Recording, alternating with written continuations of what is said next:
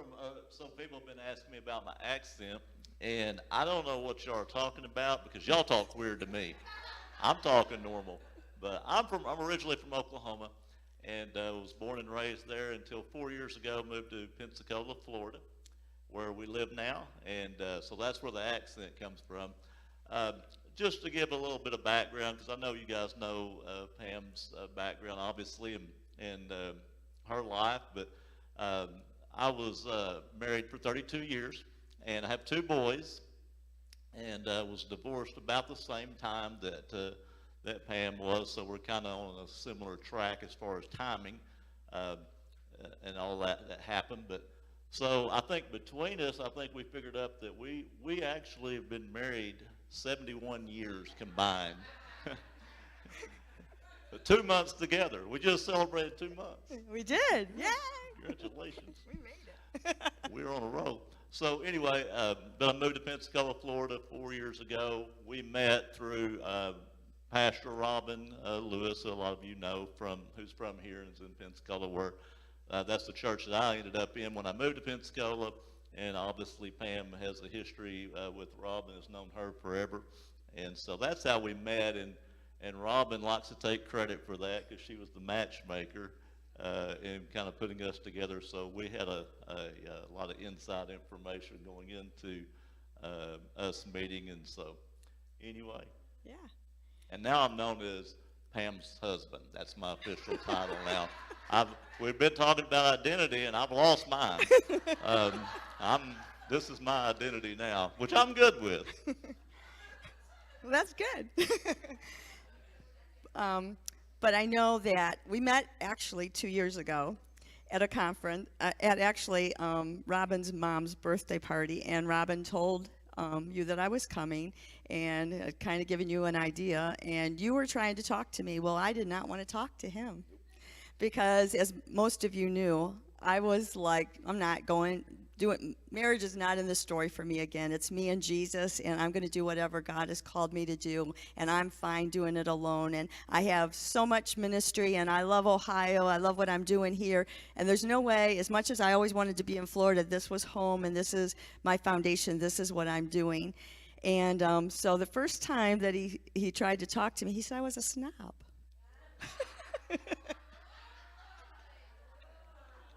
She would not talk to me. Of course, I think we shook hands. Yes. And said, "Hi, how are you?" And that was it. That was the end of the discussion. And so. And we laughed because you guys all know how I am about my hair. But he did say the thing that drew him to me was my hair. Yes. So he lets me get my hair done, guys. And she does. All the time. And he was just teasing me. He's like, why didn't we bring some stuff from home? We could have gave away a whole table of clothes that is in our garage right now that we can't get through. Yes, we brought a U-Haul truck full, and about 80% of it was clothes. And Pastor Robin told me when we were just getting to know each other that she has never, and I find this probably to be true, that she has never seen Pam on coffee time wear the same outfit twice, and she's been doing it for 5 years. Well, I don't know. I can't answer that question. But along our story, a lot of things people have come to us and they have talked. So we're getting on a little bit serious note, and I know Deb's over there itching at the bit to ask questions. She's like, I can do this, So if we get at a stump and you feel like you need to jump in, but we do want to kind of share our testimony because this has been asked to us a lot. And they're like, man, you're so happy. And I am so happy. And I'm so blessed that God brought this man into my life. But God is the one that made me happy. I found that he was my center. I was pursuing God. And in pursuing God, I wasn't looking for somebody else. I was looking to see where God wanted to take me into the next place into my life and where that journey was going to lead me to. And so it wasn't looking for a man. Now, his story was totally different. But my story was, I was just, God, where are we going to go from here? What are we going to do? But at the same time, I think of myself here last year on the conference, sitting on this as a broken person. And I remember thinking, will I ever completely heal again? Will I ever feel completely whole again? Will the pain ever go away? And we were talking about this. We've been talking about what we would share. And it was probably just like a week or two after when we talked 4 to 6 hours on the phone every single day in the months, and he'll share a little bit about that. But I mean, we talked about everything because I couldn't be hurt anymore. I was in such a broken, hurt place, I couldn't go there anymore. I didn't have anything else to give. And we talked about all of that, and I had to feel that security. I had to know that I was going to be safe, and he reassured me in everything that you can think about. I told him about my disability, that in 5 years I could be crippled. I told him about everything that has happened in my life. I told him how my family is everything to me. We talked about everything because, see, what people kept coming up to me and has said is, divorce is the answer. Like, I want to be as happy as you are. Divorce is not the answer. Both of us would tell you today, if we could change anything, we would have worked hard to stay in the marriage that we were in. Why? Because it hurts everyone around you. It hurt my children. It hurt my relationship with my children. It hurt my family. It hurt the people that loved me. But God knew that I did everything I could do. Not that I didn't make mistakes, because I did. I'm not here to say that the other person was to blame, because it's not. It's always two people. But I hear so many people say that, I want your life. You're so happy and everything's going good for you. And it is. But we have to work at this every day. Like, I grew up with Dan. I was 18 years old when I married Dan. I knew all of his bad habits. I knew all of his good habits. I knew everything about him. Now I'm learning this person. You know what annoys him? I wash everything as soon as it comes off in the wash machine because I can't stand to have dirty laundry. Dan knew that was a part of me. That's why I'm saying people think that that these are the answers. But you don't think about all the people. No, we didn't have little children in our lives that were hurting, that we would hurt. But I had grandsons. I had children that I loved. I had family. I had sister-in-laws. I had another family that I loved so much. So when you think that divorce is the answer, it needs to be the last place you go.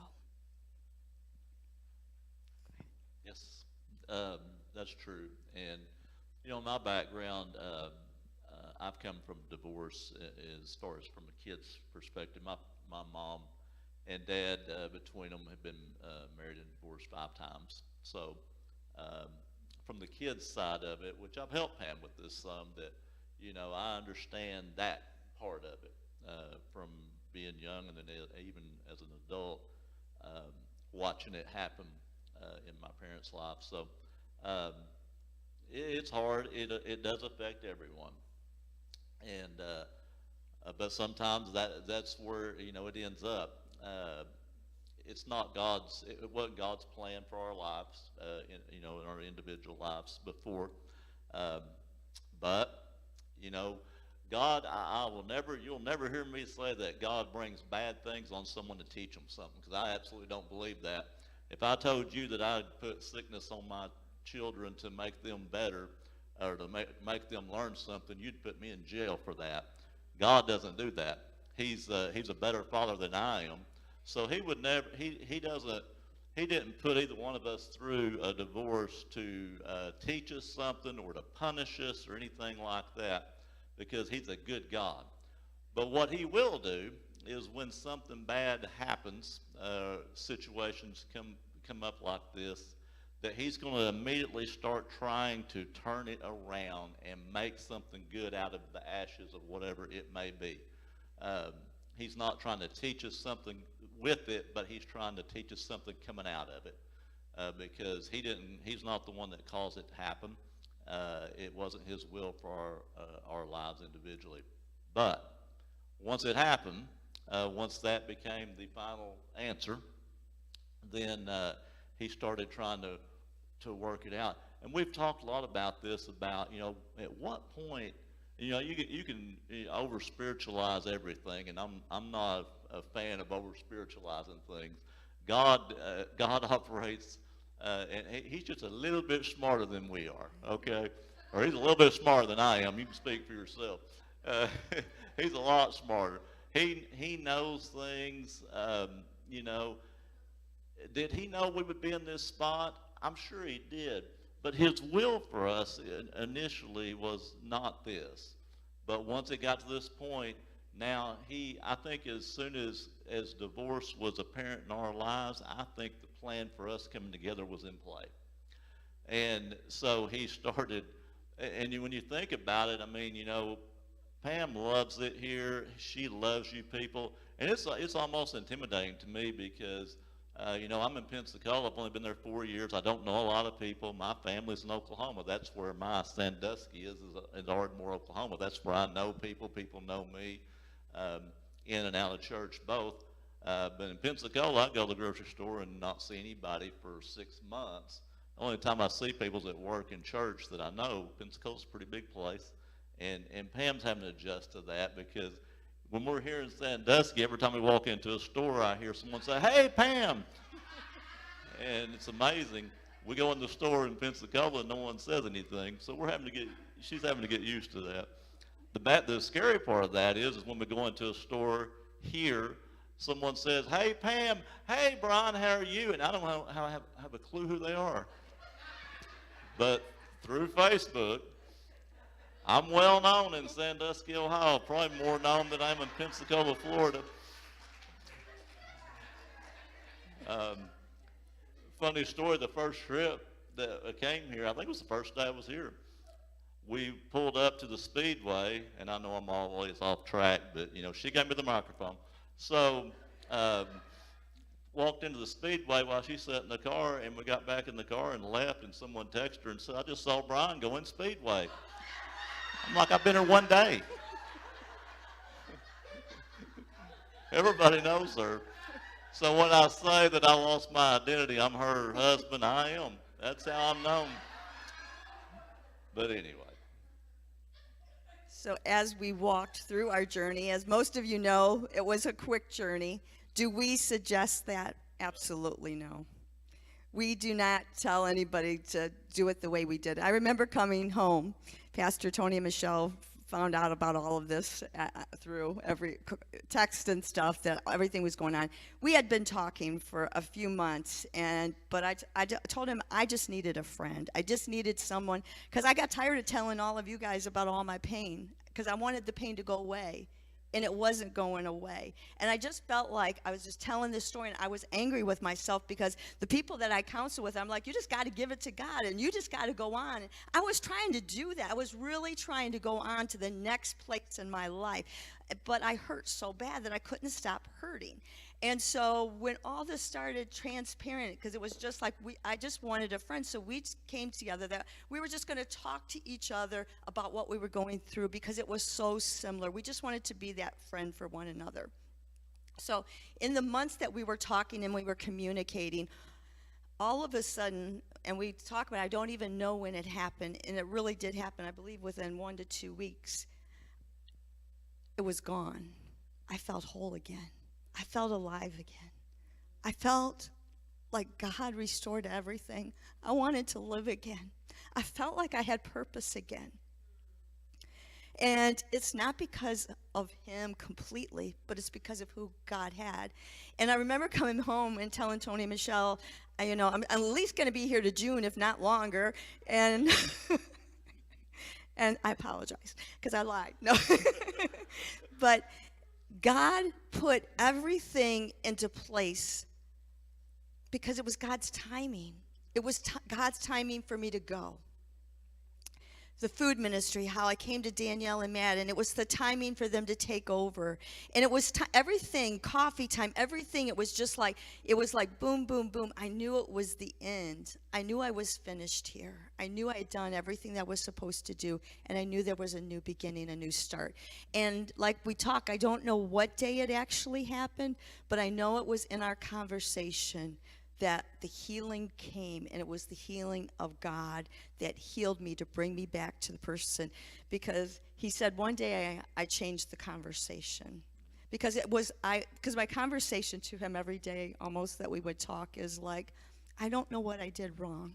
I wish I knew what I did wrong so I could change it, because I want my family back. I want everybody to be whole again. And what did you tell me? I told you, what makes you think you've done anything wrong? I mean, you were blaming yourself, and it's not about placing blame, but you were beating yourself up, and that had to stop. You know, you had to quit beating yourself up. I mean, I was in the same position, and you know, you were real focused on trying to pinpoint and say that's what caused it or that's what caused it. But you know, when you're married for years, I mean, there's all kinds of things that you could, but it wasn't a thing. It's just, I mean, we don't know the answer. It doesn't matter. It's over with, you know. And so you had to quit beating yourself up. I've had to quit beating myself up over it, and you know, understand that God loves us, and you know, this is where we're at, and so we have to move forward. But that's what, you know, we were discussing, and you know, you were beating yourself up, and it was bothering me because you know, I just knew in my spirit that you were searching for something you weren't going to find. You were trying to pinpoint a thing and say, if I'd have just done that better, that it would have I'd still be married, and you weren't going to find that one thing. And so it was time to move on and go forward, and you did. Yes. And so you said you could tell the one day I asked a question. And what was the question I asked you? We were so so this is the, I mean, there's so much laughter in our story. I think we like, you know, and I don't, you know, I don't like to laugh that much, as y'all probably can tell, but I'm just kidding. It's a joke. So so the first time that we were introduced, and we barely spoke and stuff, and so, you know, I mean, I knew who she was, and obviously attracted to her. I mean, I'm a man, why wouldn't I be? But but Put a bleeper on that, please. No. But so you've got me off track now. So the first time we met, you know, like I said, there was we didn't even talk. So really, she wasn't on my radar at all, and nobody was.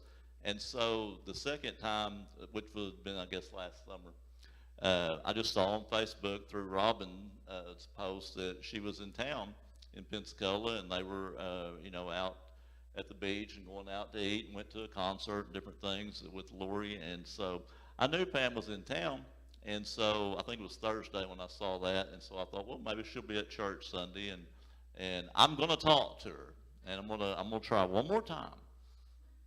And so so that Sunday, so I'll make this as short as I can. So that Sunday we spoke just cordially, hi, how are you, and everything, and then, you know, no fireworks went off or nothing like that. And then I think we had a service that night, and just hi, how are you, and that was about it.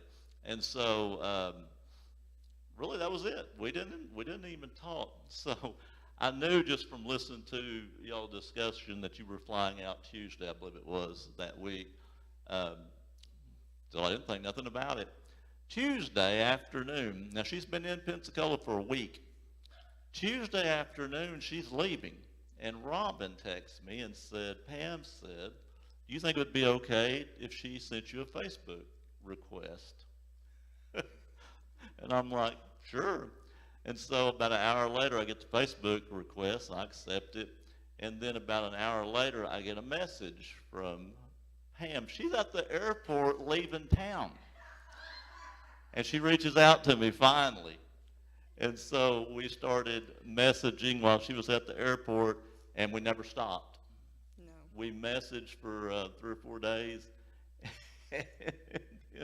And then I said, are we ever going to talk? Because we were just sending messages, and she was wearing my thumbs out because we were talking a lot through text. And so finally we talked.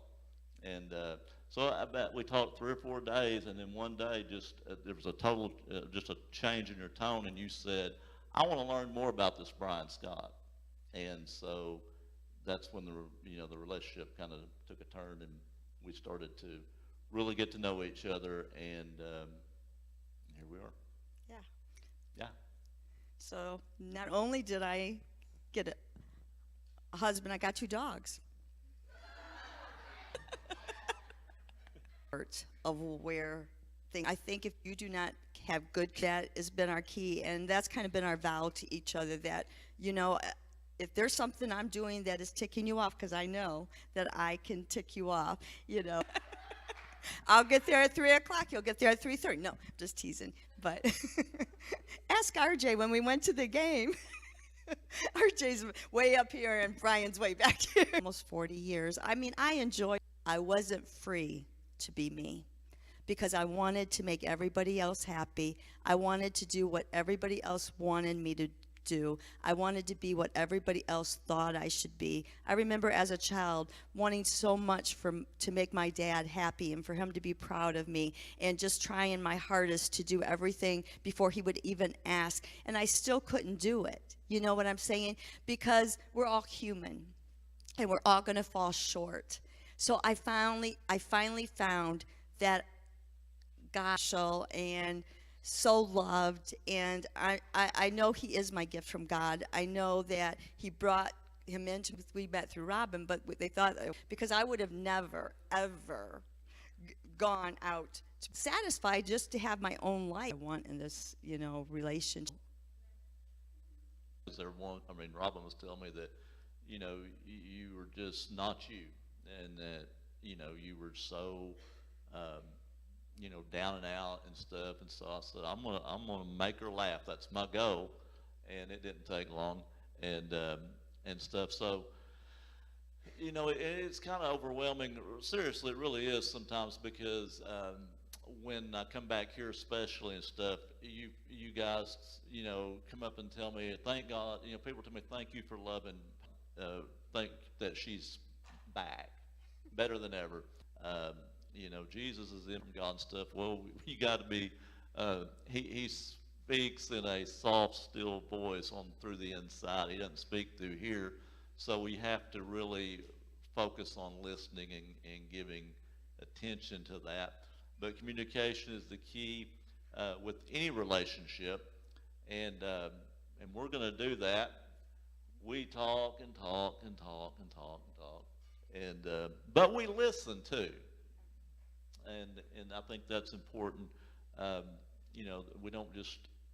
And I'll say this about communication, as I find myself doing this a lot, is sometimes when we're in a discussion with someone, if I'm saying something, you know, I say what I say, and then when they start to say something back, instead of really listening to what they're saying, I'm already trying to formulate my response to what they're saying.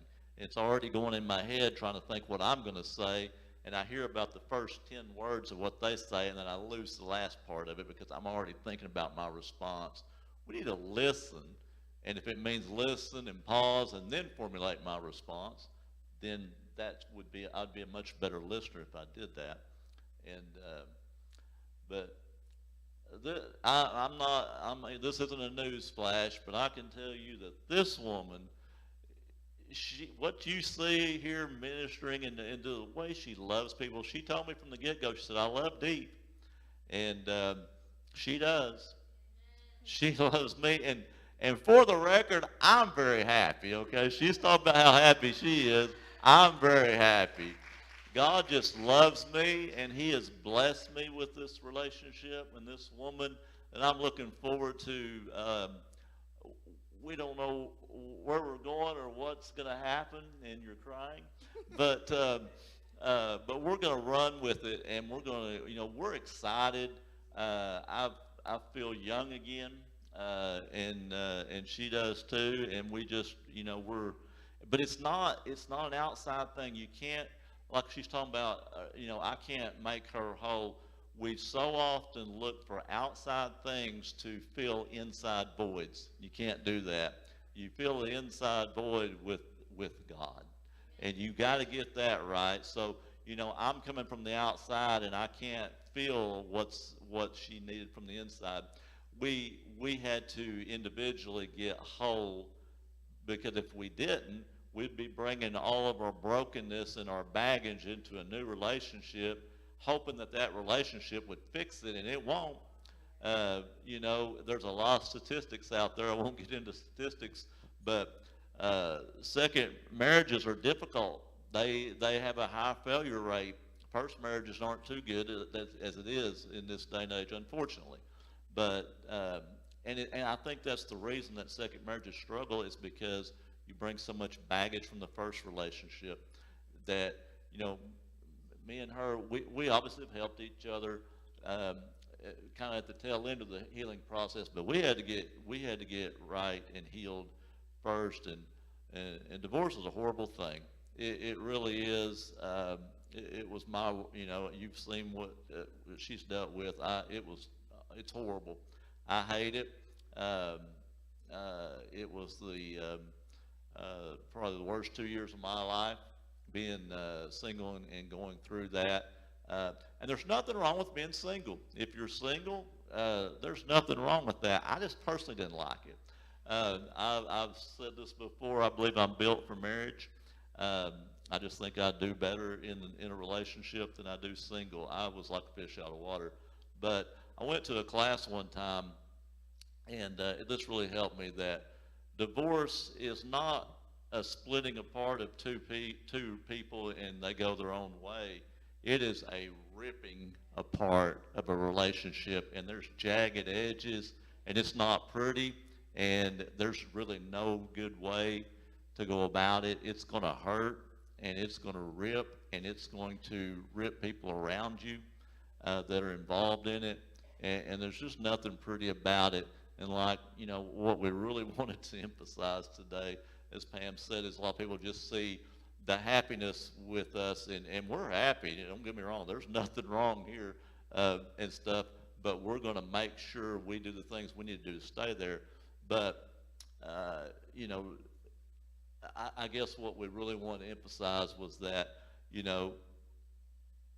we've actually had people come up to us and thinking, and I may not should go here, but I'm going to, that God was telling them they need to get a divorce, that was holding them back from fulfilling, their life and stuff. Be careful what you ask for. I don't think I can say that's correct. I think that's your last resort, and it may be it may ultimately be where it ends, but it's the last resort. It's not God's purpose and perfect will for your life. It is not. But on the flip side, if you have been divorced and stuff, move on. God loves you. There's no condemnation in that. There's no we move on. Things happen in life. Death happens. Sickness happens. We just have to keep moving on and move through it. It's not God's trying to show us something or teach us something through it, but he's always trying to make something good come of it, if that's what we go through. Did I miss anything, Deb? Huh? What? What'd you say?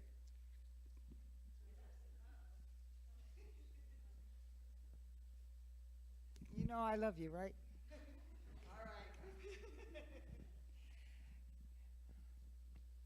This is definitely a God thing. That's all I have to say. This is a God thing. But those of you who know us, this is my twin. We're twinnies, okay? We had a bond from, God is so good. We had a bond from the beginning. But when I had to find out on Facebook that she's in a relationship, I'm like, what? And then it wasn't, a week later, she's engaged. I'm like, oh, no, she ain't.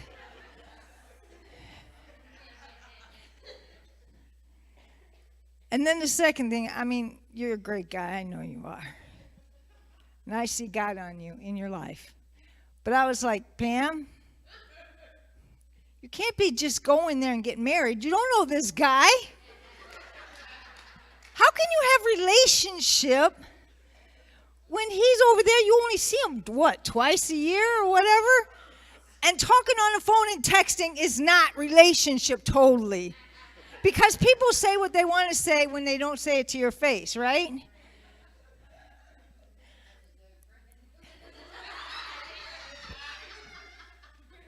I loved it. That's the only reason. But it's like, you just got to go. Okay, you're going to go there. I get that. You always wanted to live in Florida, but just take your time. Get to know him while you're there. Next thing I know is 2 months later, they're getting married. I'm like, wait, what happened to staying engaged for a while and get to know each other? But here's the thing. When I've told Pam this, because I know God did this, because I know your heart was torn and it was broken and it was in a place where you thought there was never going to be recovery, okay? But here's the thing. Anybody that knows Pam, she has sown in and sown into your life and sown into your life and sown into your life, not taking her own self in consideration. And she has sown and she had put her hand to the plow in the ministry. She said, God, it's me. We're going and we're doing this. And she did that. And her desire, her heart was always to live in Florida. That's what she talked about all the time. She wanted to be on the beach. And she wanted someone that would come alongside of her and do ministry together. Okay? And God gave her that desire of her heart. And it wasn't a long, drawn-out thing. He gave you the desire of her heart. Suddenly. I wasn't crazy about that suddenly, but yeah, suddenly.